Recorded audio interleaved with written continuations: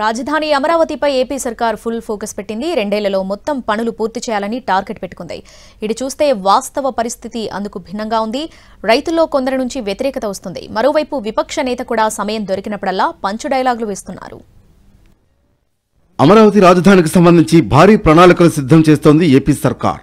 ఒక అద్భుతమైన నగరంగా అమరావతి ఉండాలనే ఉద్దేశంతో సీఎం చంద్రబాబు ప్రత్యేక శ్రద్ధ పెడుతున్నారు.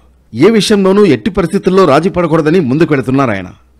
ఇటు కూటమి ప్రభుత్వం వచ్చి 14 నెలలైంది. మొదటి 6 నెలలు రాజధాని టెక్నికల్, లీగల్ సమస్యల పరిష్కారం కోసమే సరిపోయింది. ఇప్పుడు పనులు మొదలయ్యాయి. ప్లానింగ్ విషయంలో సింగపూర్ సహకారం కోరుతున్నారు. ఇలాంటి పరిస్థితుల్లో 2-3 ఏళ్లలో మొత్తం పనులు పూర్తి కావడం అనుమానమే అన్న చర్చ సాగుతోంది. మరోవైపు రాజధాని రైతులు తమ ప్లాట్లు అభివృద్ధి చేసి ఇవ్వలేదని ఇంకా అసంతృప్తితో ఉన్నారు. ఇటు ప్రభుత్వం 2వ విడత ల్యాండ్ పూలింగ్ కు సిద్ధమైంది. ఇది రైతుల్లో మరింత గందరగోళానికి దారితీస్తోందని చర్చించుకుంటున్నారు. మొదటి విడత ఇచ్చిన భూములకే న్యాయం జరగలేదని చెబుతూ ఉండడంతో ప్రస్తుతం 2వ విడత ల్యాండ్ పూలింగ్ పై వెనక్కి తగ్గింది సర్కార్. మరోవైపు అమరావతిలో అవినీతికి అంతు లేకుండా పోతోందన్నారు వైసీపీ అధినేత జగన్. చదరపడుగుకు 4,000 ఖర్చు చేస్తే 5 స్టార్ సదుపాయాలు వస్తాయని, అలాంటిది 10,000 ఖర్చు చేస్తున్నారని ఆరోపించారు ఆయన. మొబిలైజేషన్ అడ్వాన్సుల పేరిట దోపిడీ చేస్తున్నారని విమర్శించారు.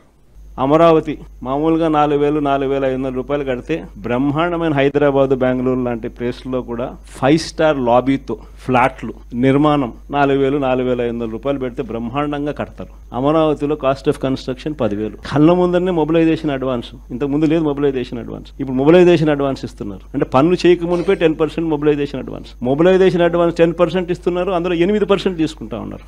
మొత్తానికి రాజధాని విషయంలో భారీ టార్గెట్లు పెట్టుకున్న ప్రభుత్వం ఏ విధంగా ముందుకు వెళుతుంది, అవరోధాలను ఎలా అధిగమిస్తుంది అన్నది ఆసక్తిగా మారింది.